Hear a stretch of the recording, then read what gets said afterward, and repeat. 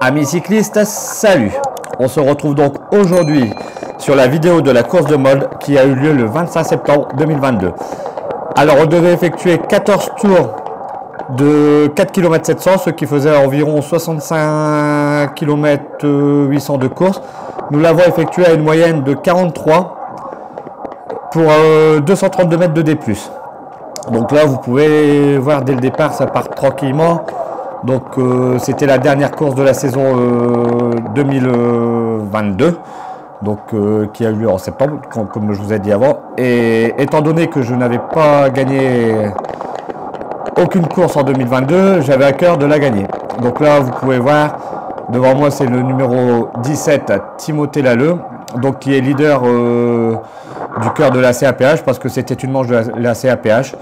Au niveau du parcours, vous pouvez le retrouver en haut à droite, donc il n'y avait pas grandement de difficultés. Il y avait juste après ce virage en épingle où on attaquait une bosse qui tapait entre 2 et 3%, mais à chaque fois ça attaquait à ce niveau-là.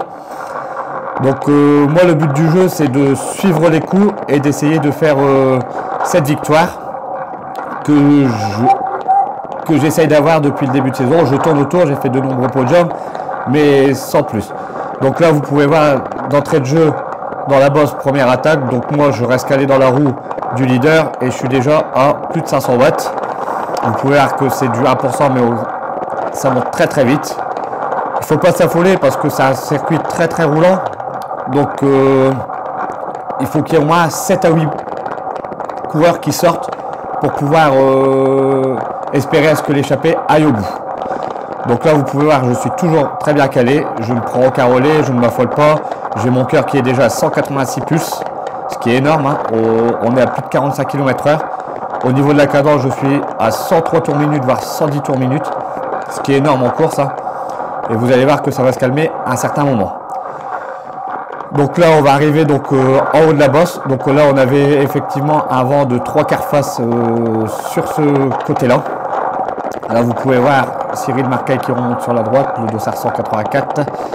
Suivi de Johan Morel et le Saint-Amand remonte aussi. Donc moi je reste bien à l'abri dans le peloton. Je vais économiser un maximum mon énergie justement pour essayer d'avoir cette victoire. Sachant que en 2021 j'avais gagné cette course. C'était la dernière de la saison aussi et en 2021 j'ai gagné cette course en échappée. On était à 6 en échappée et je l'ai gagné au sprint. Donc franchement peut-être que cette course va me porter bonheur. On sait pas. Donc reste bien connecté à la vidéo. Je vais tout expliquer tout au long de la course ce qui s'est passé et tu verras le résultat à la fin. Donc là vous pouvez voir là sur ma gauche il y a donc le champion régional des 20-29 et juste à côté c'était en orange avec le maillot de Solem, c'était Julien Loriot pardon, qui est un très gros sprinter. Donc c'est pareil, Timothée Lalleux, très gros sprinter. Donc ce sera des gens à surveiller. Là on arrivait encore dans un virage assez serré à gauche. Et là on reprenait sur cette partie-là vent de dos. Donc je vais te laisser découvrir ce premier tour avec moi. Regardez de plus près la physionomie on va dire du parcours. Mais il n'y a pas de grandes difficultés.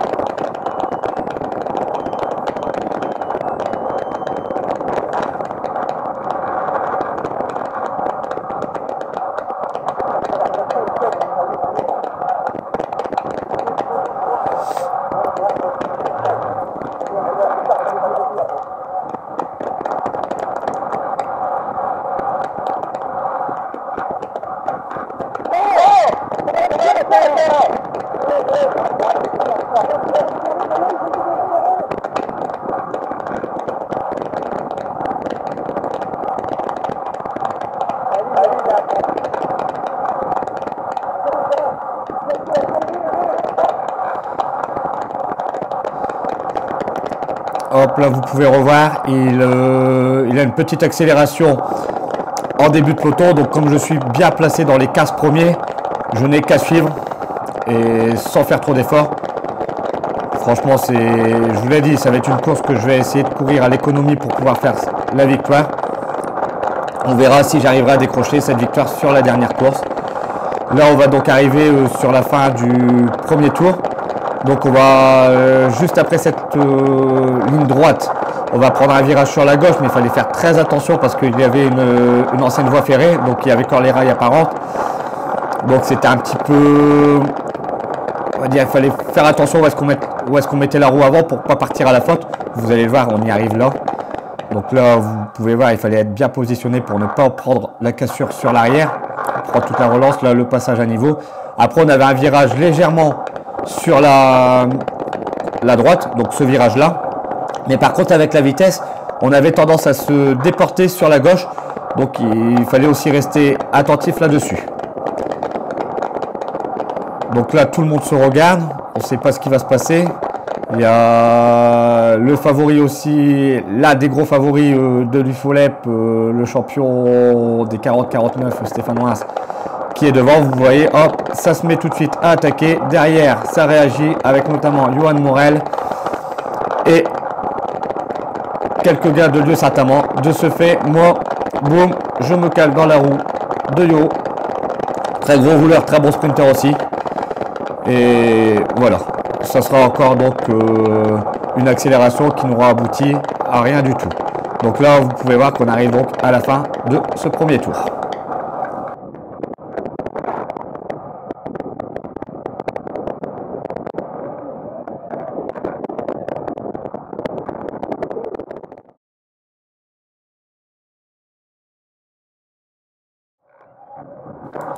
Fin du premier tour bouclé et on arrive donc dans cette fameuse montée où il y a un groupe qui va essayer de s'extraire. Vous pouvez le voir.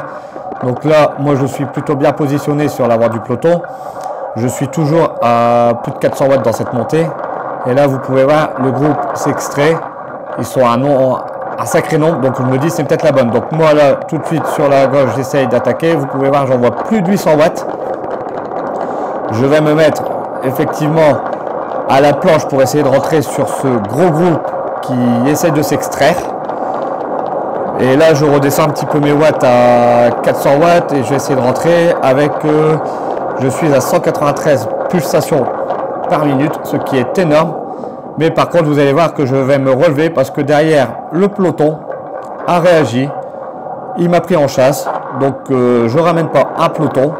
De ce fait, je viens me recaler dans les roues et je vais laisser faire le travail à celui qui a ramené le peloton sur moi pour pouvoir rentrer sur l'échappée. Donc n'ayant pas su m'extraire tout seul du peloton pour pouvoir rentrer sur cette échappée, le peloton m'ayant pris en chasse, je décide donc de me relever. Quelques kilomètres plus loin, vous allez voir que le peloton ayant fait le travail, nous rentrerons donc sur ce groupe qui essaye de s'extraire.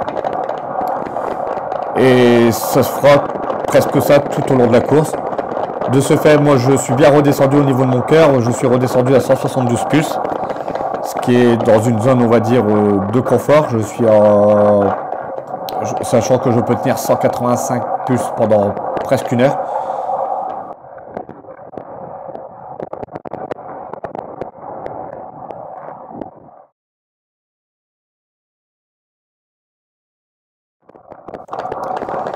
Donc là, comme vous avez pu le voir sur avant, je vais utiliser encore une cartouche pour rien. Je vois qu'il y a un petit groupe qui s'extrait. Donc tout de suite, je renvoie du 600 watts pour pouvoir rentrer sur ce groupe. Mais en fait, tout le monde est corps au taquet derrière. Ça roule extrêmement vite dans le peloton. C'est une course où on a fait à plus de 43 de moyenne. Donc malheureusement, je me dis ça risque d'arriver au sprint et je suis en train de griller un petit peu des cartouches pour rien pour le sprint alors que je sais très bien me débrouiller au niveau du sprint.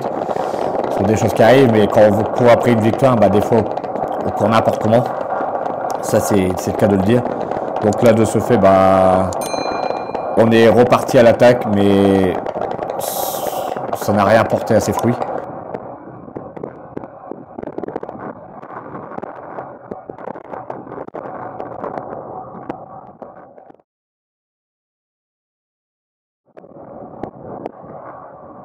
Et là, hop, ça repart une fois de plus. Donc je décide de y aller car il y a Stéphane Wins et Adrien Monnier qui sont très bons. Ça décide donc de repartir. Tout de suite, vous pouvez voir, je renvoie encore une fois 600 watts, donc ça fait encore une cartouche en moins pour mon sprint. Tout de suite, j'arrive à rentrer, je me recale à 250 watts, je récupère un petit peu avant de pouvoir prendre mes relais. Et là derrière, il y a un coureur que je connais pas qui rentre aussi. Donc tout de suite, lui prend ses relais. Moi, tout de suite, je prends mes relais aussi pour faire voir que je veux bien collaborer dans l'échappée. Mais en fait, au moment où je vais prendre mon relais, je vais me retourner. Je vais voir que le peloton est quand derrière en chasse et qu'il est vraiment pas très loin. Donc c'est quand une cartouche de griller pour rien. Je décide donc de reprendre une cadence, on va dire, après normale. Le peloton rentrera. Et malheureusement, ce coup n'apportera rien du tout.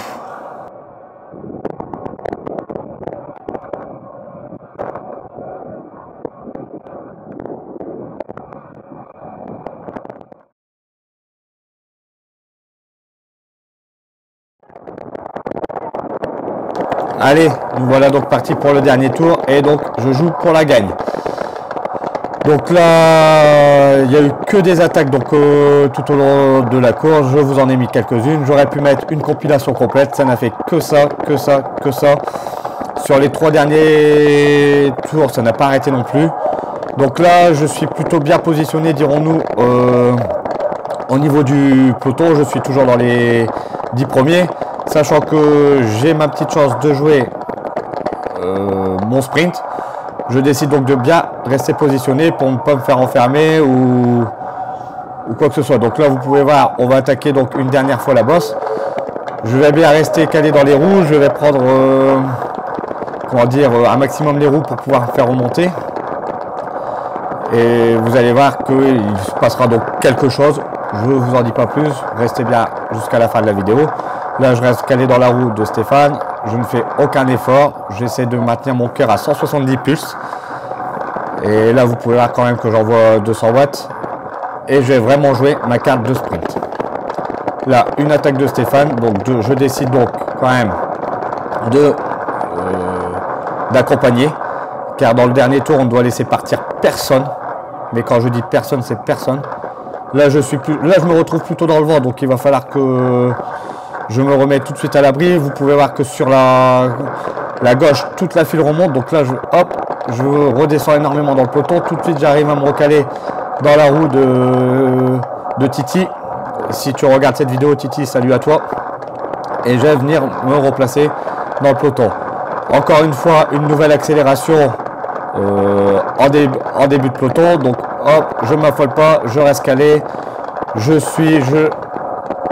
J'accompagne les coups, j'essaie de m'économiser un maximum. Vous pouvez voir quand même mon cœur, il a 180 pulses.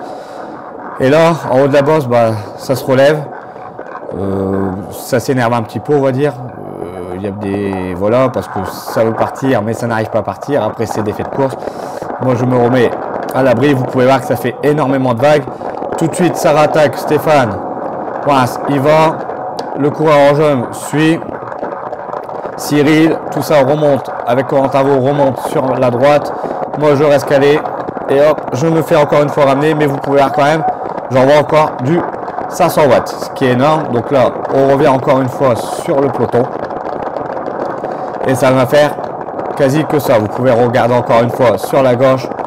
Une nouvelle accélération de Michael Lamrance, si mes souvenirs sont bons. Et hop, derrière, Stéphane raccélère. Mais bon, tout le monde le suit. Là, vous pouvez voir, sur la gauche, il y a Johan Morel avec le maillot de Fontaine qui est remonté. Il va se passer quelque chose, franchement, c'est là que je vais perdre la course, en fait. Là, je vire très très mal. À ce niveau-là, j'ai viré très très mal. Je me suis fait un petit peu serrer. C'est de ma faute, j'étais mal positionné. Donc là, maintenant, j'ai reculé énormément dans le peloton. Vous pouvez voir Johan Morel qui a déjà fini on va dire le virage. Là, moi, je me dis, il faut que je remonte. On arrive à moins de 3 km du sprint. Il faut que je remonte, il faut que je reste positionné. Donc là, je vois qu'il y a une petite accalmie. Donc ça va me permettre de remonter au niveau du peloton. Mais au moment où je remonte, vous allez voir sur la gauche, il y a, hop, Johan est attaqué. Il est parti. Personne ne réagit. Moi, je me suis dit, il y a d'autres équipes qui vont réagir, notamment Lieu Saint-Amand, qui va essayer de réagir pour pouvoir placer quelqu'un au sprint. Mais non, il n'y a personne qui réagit. De ce fait, Johan va creuser un écart d'une vingtaine de secondes. Vous pouvez voir là, il est déjà à 100 mètres.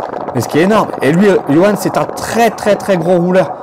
Derrière, ça essaie de réagir, mais tout de suite, le peloton se remet en chasse. Et là, vous pouvez voir, il y a quoi? Il y a 200 mètres, Johan. Mais ces 200 mètres-là, il va les garder jusqu'au bout de la course. Franchement, il a tiré son épingle du jeu, a attaqué au bon moment.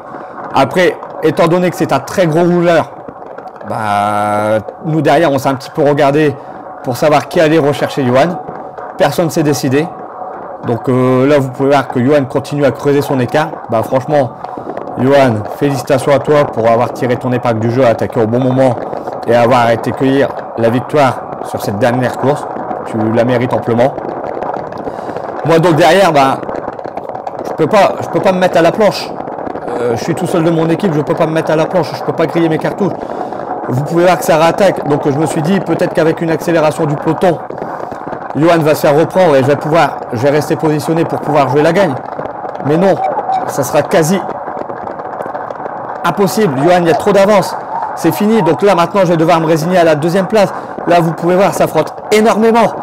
Je vais prendre le virage à gauche, ça va frotter énormément. Je vais savoir aller me repositionner, ce qui est fou. Vous voyez comment ça frotte, c'est énorme. Là, il y a Adrien qui est obligé de monter sur le trottoir. Moi, là, je vais prendre le virage à l'intérieur. Je vais me faire serrer, mais je vais jouer un petit peu du coude pour pas me faire avoir. Là, je vais savoir remonter. Et au moment où tout le monde va lancer son sprint, moi, je vais lancer mon sprint aussi. Vous voyez, là, ça relance. Donc, boum, je remonte bien. Vous voyez, je me fais même pas enfermer. Je suis sur une ligne montante, là. Ça se décale légèrement. Ça relance. Tout le monde va lancer son sprint. Je vais lancer mon sprint aussi. Et franchement, je finirai ma saison sur une belle 7e place. Malheureusement, je n'ai pas fait de victoire en 2022, mais je me remobilise énormément pour 2023.